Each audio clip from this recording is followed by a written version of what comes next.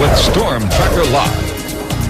Well, we've got a few scattered showers around, but the real story for our weather is, of course, temperatures running about 25 degrees above normal tonight. Our big area of moisture in the Gulf of Mexico, it's been there all week long, is once again going to oscillate back to the north. There's the upper level low. Like I said, when these ride over lower level lows, that's when the severe weather breaks out. This is coming to pass because we have a humongous high pressure system in the center part of the country. It's clear from the east coast all the way out almost to the Rockies, and the nor'easter is gone, has taken a lot of the cool air with it. Mama taught me manners.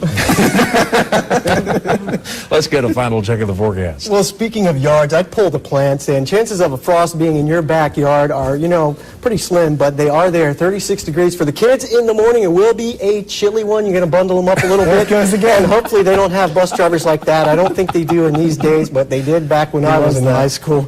And for your 7-day, nice looking weekend. Beautiful before some rain on Monday, possibly. All right. Thanks for staying up with us. Hope you have. And welcome back. Yesterday we were ahead of schedule on our warming trend. Today we're a little behind schedule because our front stalled out. It was cloudy. Right now it was 64 degrees. We only had a high of 65 today. And let me show you why. Let's see if you can see where our warm front is. It's kind of obvious. It stalled out all day long, but now it's finally on the move. It has crossed into Alabama, so there will be some breaks in the clouds tomorrow, and that will be key to our warm-up. In the meantime, the low pressure is stalled out over Texas. They are getting pounded with rain, in particular in the line from Houston, say up to Beaumont, all over to Lake Charles, Louisiana. They are going to get 4 to 6 inches of rain out of this thing before all is said and done, because there's a high pressure system south of the Great Lakes that's just blocking everything right now, but it will eventually get on out of the way. Let me show you what I mean. Here's the blocking high. Here's the front that stalled over us today. We were supposed to be in the 70s, but we had cloud cover, and there's the low, of course, back in Texas. We put it in motion. Eventually the high will retreat into New England northward. It will take the front northward with it. So by the time this loop stops at 2 o'clock tomorrow, there will be we will be in the warm sector. There'll be some breaks in the clouds. Not saying it's going to be a sunny day, probably mostly cloudy, but enough breaks where it will get us up into the 70s. And take a note, as we continue it into motion, the low is going to move basically due north, which means that cold front is not going to be able to move east like it normally does. It's going to actually move slow as molasses. And if you look at this on Friday night, you're going to go, oh wow, we got front coming through. Not so. This thing's probably going to wash out before it gets here on Monday, but there'll be a next shot of measurable rain. Travelcast tonight, if you're, tomorrow anyway, if you're heading up to Birmingham, you might see a light shower. If you're heading out to New Orleans, they are going to get pounded with that cold front as well.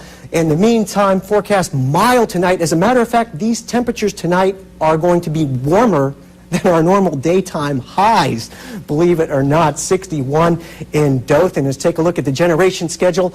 Once again, split into two, and once again, numbers not budging until we get some rain. Sounds like a broken record, but that's what it is. And taking a look at our week ahead, there we got to throw that 20% chance of rain in there because it's going to be a very humid air mass. We can look at some record high temperatures, possibly Saturday, Sunday, and Monday, until that front finally makes it through on Tuesday. We could actually get maybe a couple tenths of an inch of rain. Just remember, all your local weather information is available on our website. Okay, guys, we're back here at Sky's the Limit Balloon Adventures. These things are full of hot air back here, and some of it's going in the balloon.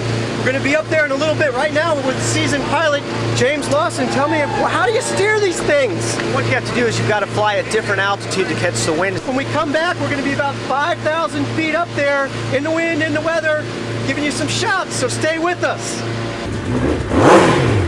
Hey guys, we're back here at North County House Motorcycles. We're going to take a look at a couple of the latest, greatest bikes inside and give you an update on your riding weather forecast. It's going to improve a little bit later in the week. Hey guys, back here at Swami's. This is the landmark I was talking about. This is an old tree stump that was infected with bark beetles last summer, and they decided to be ashamed to really chop it all the way down, so they made a carving out of it, and this thing really dwarfs me. This thing's about 5 feet across, and it's actually a tribute to ancient Polynesian carvings.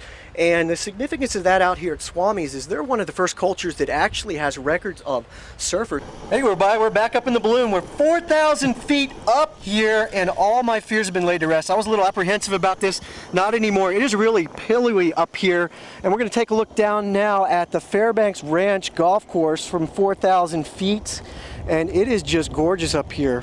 And welcome back. We are at Covenant Hospice here off the 231 across from O'Charlie's Restaurant, and there is a beautiful little ceremony going on inside. I'm here with Beth Kenward. She is directing activities. Beth, tell us a little bit more. Tell us a little bit more about this.